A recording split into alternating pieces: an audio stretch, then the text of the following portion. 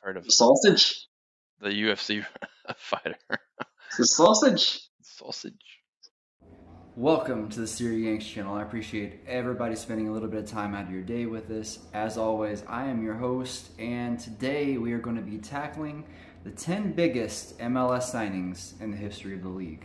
Now, before we get into it, we need to go over a little bit of qualifiers here. Keep in mind the MLS is still relatively a new league. It doesn't have a big 80-year history. It doesn't have this huge, these historical teams, right? So name power goes a long way in a league like the MLS. Now, granted, the MLS has grown leaps and bounds over the past 10 years. We all know that. But name power just matters in a league like MLS, right? So you could be a huge name and have subpar production on the pitch, but still you did a lot for the league, right? So you're going to be a little bit higher on the list than say somebody who didn't bring as much star power but did perform on the pitch. So that said, that's kind of the rules mixed in a little bit with my opinion. So that said, let's go ahead and get into the list and let's start. And don't go too hard on me in the comments. So kicking off our list at number 10, I've got New York City Football Club. That's so weird to say. New York City Football Club, Andrea Piolo. At the time he came to MLS, he was the highest paid Italian in the world, even more than Gianluigi Buffon, the goalkeeper. So, I could go over his resume, but it speaks for himself. But this is an MLS video, right? AC Milan, Juventus, Italian national team, blah, blah, blah, so on and so on and so on. But when he came to MLS, he created a lot of buzz, right? This was one of the GOATs of Italy coming to play for New York. So he had the market, he had the name power, but his performance on the field was questionable at best. YouTube some of his defensive performances and you'll see what I'm talking about. He actually garnered a lot of criticism with his play, which is surprising for, an MLS squad at that particular time. At the end of the day, I think he had 60 appearances and one goal. That said, he still brought a lot of business to the league, a lot of name to the league. Granted, he was at the tail end of his career, which we all know MLS has that stigma for retirement league, which a lot of the other names on this list are probably going to add to that stigma. But that said, it came in at number 10. So at number 9 on our list, we're not going to travel very far, and in fact, we're not going to travel at all. So staying in New York City Football Club, at number 9, we've got Frank Lampard. Now, he got off to a rocky start with his introduction, and if you don't know that story, you Google it to have yourself a quick laugh. It's actually, quite frankly, dishonest with how they introduced him to the league. But anyhow, he wasn't in MLS that long, but he was a Chelsea legend, a Premier League legend. You didn't have to. You could only be you could still be a casual fan and know who Frank was. But he wasn't in MLS long. I believe 2 seasons. I don't even think he hit 20 games, but he had 12 goals, so he wasn't terrible, I wasn't like he was Josie Altidore in the Premier League or anything like that. But at the same time, he was at the end of his career. Look, this was a name power move, and he did bring name power, and he did bring star power again to the biggest market in the U.S., which was New York. I don't really have much else to say about it other than, again, name power goes a long way on this list, and he comes in at number 9. Now, moving on to number 8, we're going to travel to the complete other side of the country with the LA Galaxy, and at number 8, we have Steven Gerrard. Now, the Liverpool icon played 34 games in MLS for the Galaxy, and there's not really a whole lot I can say about him. For the Galaxy, yeah, he's a legend, right? But he's just another name for the Galaxy because of all the stars that have played in LA and played for LA, whether it be Landon Donovan or David Beckham or Zlatan, right? So he's just another guy on the list, but at the same time, in the time period he came over, it was a big deal, right? And you just factor all that together, and he comes at number 8 for me. He would be a little bit higher if maybe he played a little bit longer, or he came in a little bit younger, but nonetheless, I believe this is just the number 8 version of number 9 on my list, right? I think you could interchange Lampard and Gerrard in any order you wanted to, but I gave Steven a little bit of an edge just because he played more games on the pitch. So that said, we'll move on. Now, number 7 on my list, I think this is going to be one of those names where I may get the most pushback because he was only in MLS for a brief time, and that's Droppa. And listen, he had 11 goals in 11 games, and that's actually, I mean, obviously that's super good. He's a darling player. I think even he's the type of player that even if he's scoring against you, you still have to respect him, right? I've rarely heard a single bad thing about this man. I think we all like him. I think the only thing he has going against him really is obviously the amount of time he was there, the fact that he didn't accomplish anything in MLS, right? And I would make the argument that he meant more for the USL than he did MLS. But that's a story for another day. Still, with that type of name, he's got to be the top 10, right? Right? So at number 6, we're not quite in the top 5 yet. So at number 6, I've got the Everton and Man United legend, Wayne Rooney. When he came over to DC United, I saw it on SportsCenter, I saw it on the local news, I saw it pretty much everywhere. He wasn't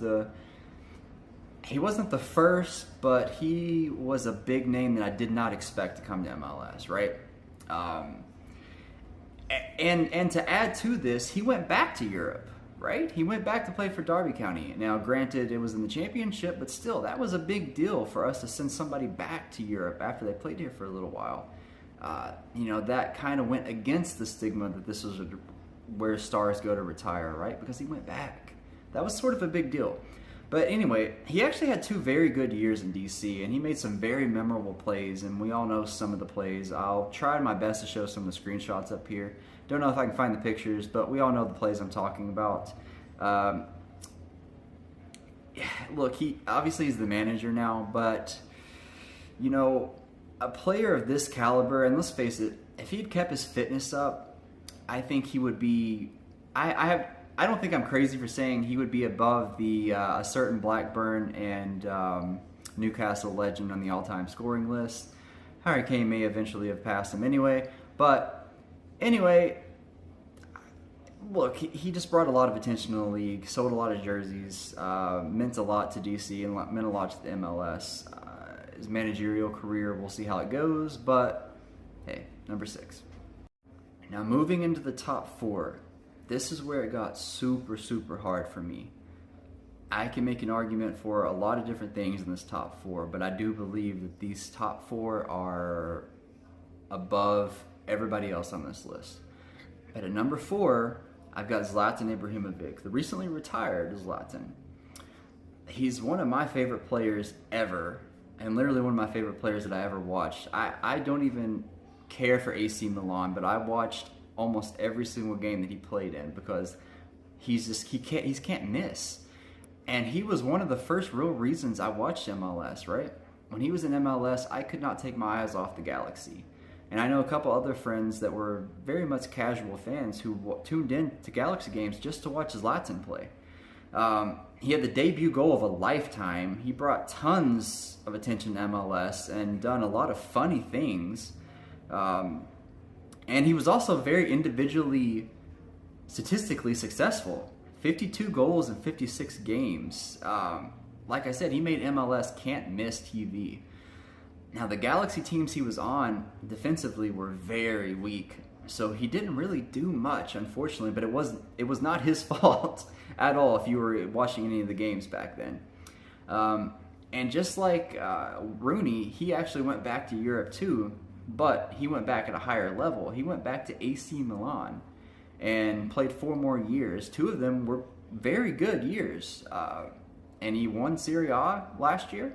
Went to the Champions League, although he didn't make the roster. But anyway, number 4 on my list, Zlatan. If you have him higher, I'd love to hear the argument. Now, number 3 on my list, the 3rd biggest MLS signing ever. And is also the answer to a trivia question, which was who won the Ballon d'Or before the Messi CR7 era began. which if you know soccer or football, you already know the answer to what I'm going to say, and that's Kaka. Now, he only spent 3 years in MLS, but I was actually living in Florida when he was introduced in Orlando City. It seemed like he was there a lot longer. He played very well in Orlando, and he was the first face of the team, and arguably has been the only face of the team since. He was the perfect signing for this team. He created a lot of buzz around the club, and honestly, since he's left, I've only seen the interest in Orlando City go down. Maybe DK brought a little bit of attention there, but for the most part, nothing's happened since Kaka, and there obviously was nothing before because there was no club. But that said, a player with a Ballon d'Or award coming to MLS, that is a huge deal. Huge deal. He may have not been as outspoken as Zlatan. Obviously, individually, he's a very spiritual person, so he was sort of laid back. But having a legend of that caliber playing in MLS, I can't help but put him in my top 3. Now, number 2. My personal favorite player of all time, and that's David Beckham. To me, he's the man that put MLS on the map, not only in this country, but on the world map. And he's also the man that brought Messi to MLS and MLS to Miami. But that's a different story. And I think one of the low-key things that people forget is David actually went back to Europe. He actually finished his career at PSG. A lot of people don't really remember that. So that said, he went back to Europe before that was a thing. He also had 2 loans to AC Milan while he was playing for MLS. So again, that kind of goes under the radar as well. But he spent 5 years in MLS, 3 MLS finals, won 2 of them. He was an attraction. He was great business. He was the reason why I actually even knew what MLS was when I was coming up. Right? I mean, he was literally the Kardashian of MLS before the Kardashians existed, right? So, I mean, he was a good-looking dude, had the wife, had the famous wife, he was famous, had the accolades in England for the England national team and for Man United.